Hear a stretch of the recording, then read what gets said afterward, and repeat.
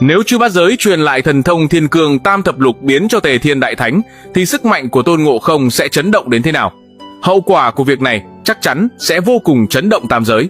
Năm xưa, Tôn Ngộ không chỉ học thần thông địa sát thất thập nhị biến thôi, mà đã có thể đại náo thiên cung tung hoành tam giới. Thế nhưng, tại Ngũ Trang Quan, Tôn Ngộ không vẫn bị Trấn Nguyên Tử áp đảo.